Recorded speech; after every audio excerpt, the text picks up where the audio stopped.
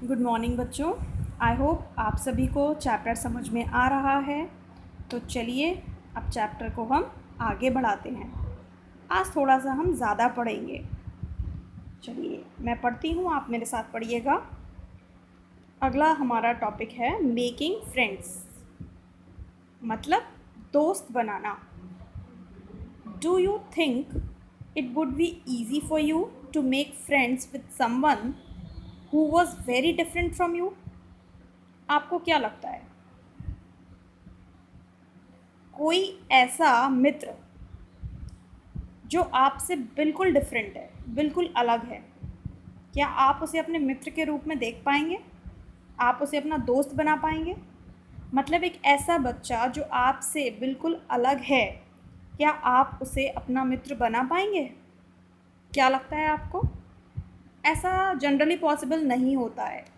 हम अपने फ्रेंड्स उन्हीं को बनाते हैं जो हमारे जैसे ही होते हैं, हमारे जैसे ही दिखते हैं, हमारा जैसा ही उनका रहन सहन खान पान होता है। अगर कोई हमसे अलग होता है तो मित्र बनाने में हमें परेशानी होती है। खैर आगे बढ़ते हैं। Read the following story. नीचे एक स्टोरी है, बहुत अच्छी है, इंटरेस्ट के साथ पढ़िएगा। तो हमें नीचे एक कहानी पढ़नी है एंड थिंक अबाउट दिस, और इस क्वेश्चन के बारे में सोचना है कि क्या कोई बच्चा जो हमसे अलग है, हम उसे अपना फ्रेंड बना सकते हैं या नहीं बना सकते हैं। चलिए आगे देखते हैं। I had meant it as a joke. मैंने इसे एक जोक यानी कि एक मजाक की तरह लिया। मैंने इसे एक मजाक की तरह लिया। A joke made up for a small ragged boy. शब्द को क्या पढ़ेंगे, इसको रेगिड, रेजिड नहीं पढ़ेंगे, इसको हम पढ़ेंगे RAG, रे GET, ragged. A joke made up for a small ragged boy who sold newspaper at the Janpath crossing at the busy intersection.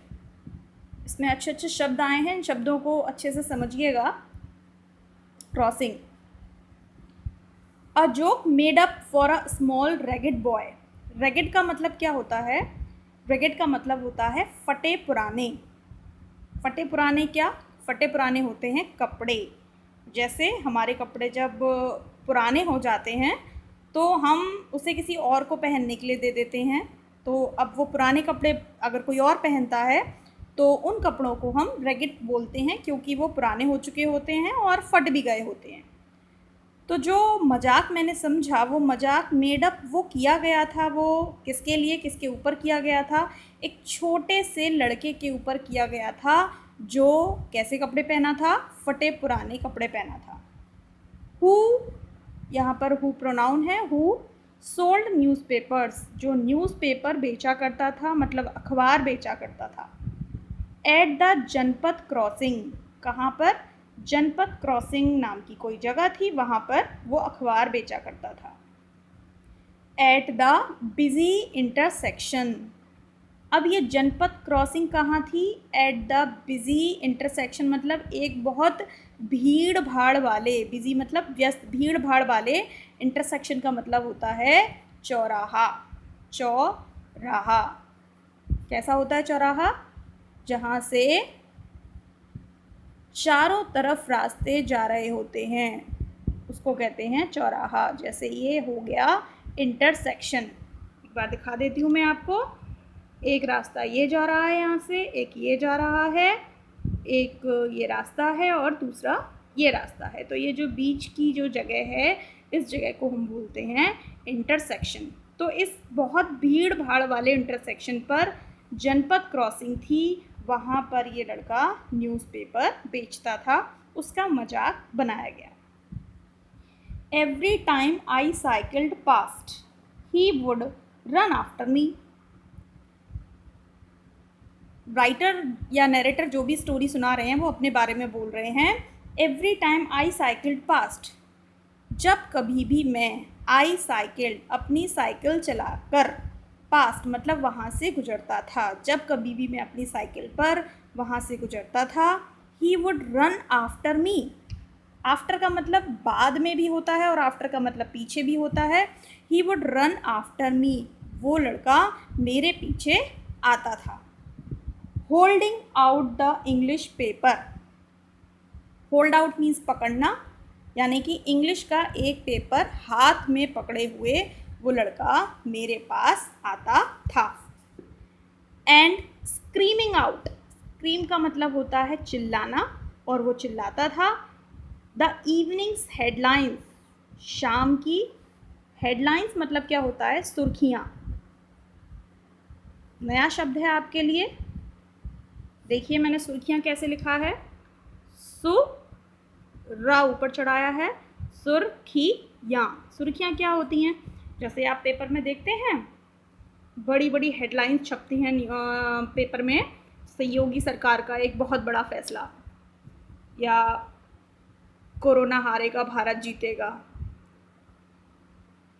या संतों को इंसाफ कब मिलेगा, समथिंग लाइक दैट। इस तरीके की सुर्खियाँ आती हैं। तो जो रोड पे बच्चे न्यूज़पेपर बेचते हैं वो इन हेडलाइंस को पढ़ते हुए चिल्लाते हुए बेचते हैं ताकि लोग हेडलाइंस सुनकर पेपर को ख़रीद लें।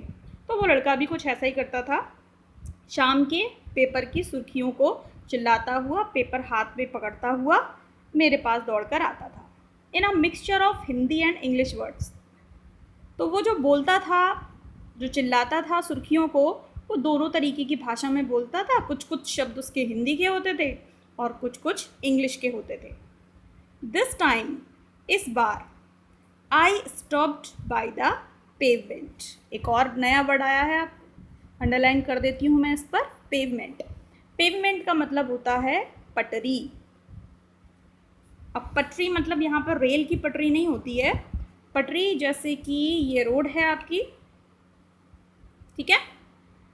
अब इस रोड के साइड में एक साइड वॉक होता है, पैदल चलने वाले लोगों के लिए थोड़ा सा उठा हुआ होता है, फ्लैट एरिया होता है, यहाँ पर लोग पैदल चल सकते हैं और यहाँ पर लोग अपने व्हीकल से चल सकते हैं। तो ये जो रास्ता बनाया है इसको हम कहलाते हैं पेवमेंट। अब कोई यहाँ साइकिल से जा रहा है, उसको रुकना है तो वो बीच में नहीं रुकेगा, तो वो पेवमेंट के साइड में रुक जाएगा। तो वो लड़का वो यहाँ रुक गया, वो आदमी जो साइकिल चला रहा था, यही लिखा हुआ है इसमें। This time I stopped by the pavement, इस बार मैं ये जो पटरी है हमारी, पटरी के पास रुका। And asked for the Hindi paper, और मैंने उससे हिंदी का एक पेपर मांगा। हिज माउथ फेल ओपन, उसका मुंह, अब फेल का मतलब यहाँ पर वैसे फॉल की सेकंड फॉर्म है, तो यहाँ पर गिरना नहीं है, ये फेल ओपन पूरा एक साथ है, मतलब उसका मुंह खुला का खुला रह गया। जब मैंने उससे हिंदी का न्यूज़पेपर मांगा तो उसका मुंह खुला का खुला रह गया। वो बोला, you mean you know Hindi, he asked, उसने मुझसे पूछा आपका मतलब है आप हिंदी जानते हैं, मतलब उसने मुझसे पूछा आपका मतलब है आप हिंदी जानते हैं। Of course I said as I paid for the paper, उसने मुझे पेपर दिया, मैंने पेपर के लिए उसको जो भी उसका पेमेंट था पेपर का 2 रुपया 3 रुपया मैंने उसको दिया, और मैंने बोला ऑफ कोर्स बिल्कुल मैं हिंदी क्यों नहीं जानता। Why, what do you think, मैंने उससे पूछा क्यों, व्हाट डू यू थिंक, तुम्हें क्या लगता है। ही पॉज्ड, पॉज मतलब चुप हो गया, पॉज मतलब एकदम बोलते बोलते चुप हो जाना, तो वो चुप हो गया। बट यू लुक सो, यहाँ पर उसने ब्रेक लगाया, बट यू लुक सो अंग्रेज, उसने बोला आप तो बहुत बहुत अंग्रेज़ जैसे दिखते हो। ही सेड, उसने कहा, उसने बोला आप तो अंग्रेज़ जैसे दिखते हो। You mean you can even read Hindi, देखो मैंने आपको कई बार समझाया बच्चों, हिंदी इंग्लिश ये जो सब्जेक्ट होते हैं इनका नाम कहीं पर भी आता है, कहीं पर भी सेंटेंस के बीच में, तो हम हमेशा इसको कैपिटल लेटर से ही लिखते हैं। मैं एक बार फिर से आपको दिखाती हूँ, यहाँ पर देखिए हिंदी लिखा हुआ है, ये भी कैपिटल लेटर से लिखा हुआ है, यहाँ पर आपका इंग्लिश लिखा हुआ है, ये भी कैपिटल लेटर से लिखा हुआ है, यहाँ पर आपका हिंदी लिखा हुआ है, ये भी कैपिटल लेटर से लिखा हुआ है। तो आप इस चीज़ का लिखते समय बिल्कुल ध्यान रखें। चलिए, तो उसने बोला you mean you can even read Hindi, आप तो अंग्रेज़ जैसे दिखते हो, आप हिंदी पढ़ सकते हो? Of course I can. मैंने बोला बिल्कुल मैं पढ़ सकता हूँ। आई सेड देखिए इस लाइन को पढ़ते समय आप जो पंक्चुएशन